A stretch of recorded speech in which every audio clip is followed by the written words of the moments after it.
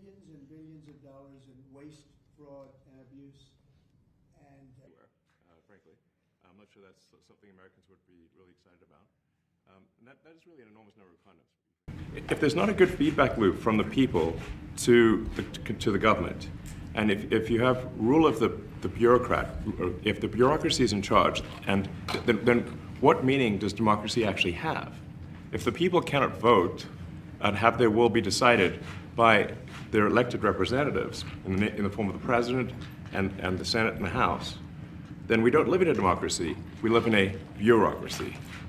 So it's incredibly important that we close that feedback loop, we fix that feedback loop, and that the public's elected representatives, the President, the House, and the Senate, decide what happens, as opposed to a large, unelected bureaucracy.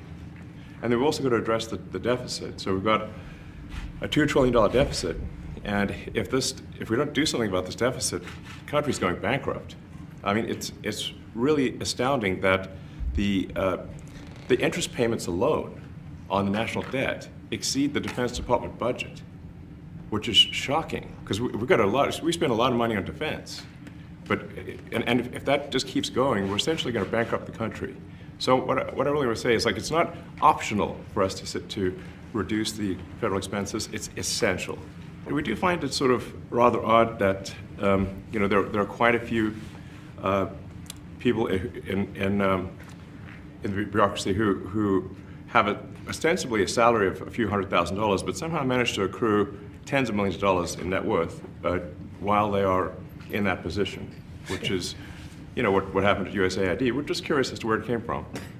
Maybe they're very good at investing, in which case we should take their investment advice, perhaps. But just there seems to be mysteriously they get wealthy. We don't know why. Where does it come from? And I think the reality is that they're getting wealthy at the taxpayer expense. That's the honest truth of it. Well, how could such a thing arise? That seems crazy. When you understand that really everything is geared towards complaint minimization, so then you understand the motivations. So if people receive money, they don't complain, obviously. But if people don't receive money, they do complain. And the fraudsters complain the loudest and the fastest. So then when you understand that, then it makes sense. Oh, that's why everything they approve all the payments at Treasury. Because if you approve all the payments, you don't get complaints. It's just common sense. It's not draconian or radical, I think. It's really just saying, let's look at each of these expenditures and say, is this actually in the best interest of the people? And if it is, it's approved. If it's not, we should think about it. Your detractors, Mr. Musk, what? including a lot of Democrats.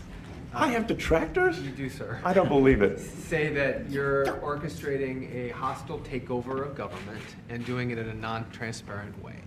What's your response to that criticism? Well, first of all, you couldn't ask for a stronger mandate from the public. The public voted. We have a majority of the public voting for President Trump. We won the House. We won the Senate. The people voted for major government reform. There should be no doubt about that. That was on the campaign. The president spoke about that at every rally. The people voted for major government reform, and that's what the people are going to get. They're going to get what they voted for. And a lot of times, people that don't get what they voted for, but in this presidency, they are going to get what they voted for. And that's what democracy is all about. Mr. Musk, the White House says that you will identify and excuse yourself from any conflicts of interest that you may have. Does that mean that you are, in effect, policing yourself? What are the checks and balances that are in place to ensure that there is accountability and transparency? Well, we actually are trying to be as transparent as possible. In fact, we post our actions to the DOGE handle on X and to the DOGE website. So all of our actions are maximally transparent. In fact, I don't think there's been, I don't know of a case where an organization has been more transparent than the DOGE organization.